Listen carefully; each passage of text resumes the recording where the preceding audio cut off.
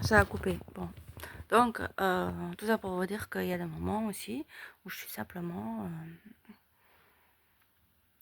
que ce soit quand j'aille bien, parce que ça me plaît d'être comme ça, ou que ce soit pour évacuer le trop plein de tension, où je vais être, euh, où je vais peut-être paraître complètement dissociée de la réalité, en délire et tout ça, mais c'est quelque chose que j'accepte.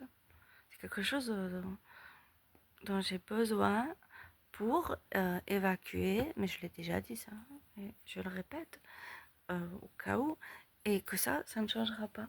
Tout comme c'est pour moi, cette folie-là assumée, ce lâcher prise, hein, parce que c'est pas de la folie, c'est pas de la déraison, c'est de lâcher prise avec la réalité dans une forme de jeu, voilà, que ce soit ouais, voilà, par le rire, un côté un peu théâtral et tout ça, que je voudrais pouvoir avoir sans alcool, et que les gens parfois se méprennent à ce niveau-là, comme si dans ces moments-là, j'oubliais tout ce qui ne va pas, ou mon sens des responsabilités, ou le fait que je sois plus du tout adaptable, voire que je sois peut-être encore une fois parasitée par des choses.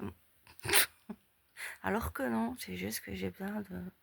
Ça fait partie de moi.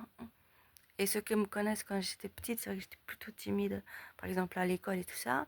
Mais quand j'étais à la maison, j'étais quand même fort dans mon monde et fort dans l'imaginaire et et j'avais dans le lâcher prise et j'avais toujours quelque chose à faire.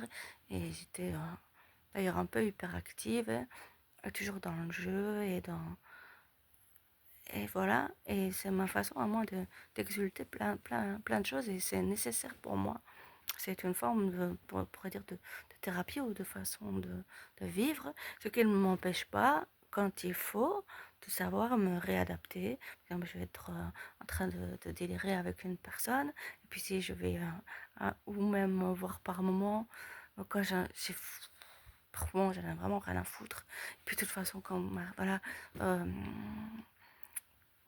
ben, faire des trucs qu'on associe à la schizophrénie, du style euh, parler toute seule alors qu'on parle toute seule, enfin des choses comme ça. Et bon, j'essaie d'éviter parce que c'est vrai que je sais qu'il y a des gens à qui j'ai fait peur et tout ça, mais en même temps j'ai envie de dire merde, regardez dans quel monde on est, et si moi j'arrive bien comme ça, voilà. Mais là je l'explique comme ça, peut-être c'est plus compréhensible. Il y a des moments où j'ai vraiment besoin de rire, voilà.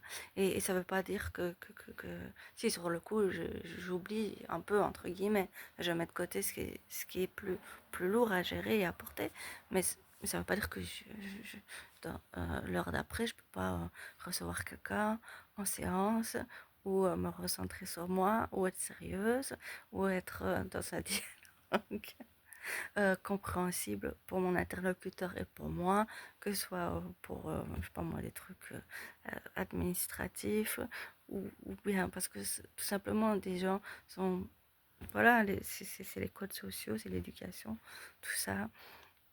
Et je peux pas emmener tout le monde dans mes trucs. J'ai mis beaucoup de temps, cela dit, cependant, à travailler là-dessus, et ça peut paraître bizarre quand on voit le résultat, mais c'est des années d'introspection, de travail sur moi, de peur, d'audace aussi pour lâcher prise, de tests, d'anxiété parfois, aussi des cours de théâtre que j'ai appris pour obtenir ce lâcher prise. Et il y en a qui me briment et qui m'en veulent et qui veulent vraiment cadenasser ce truc-là.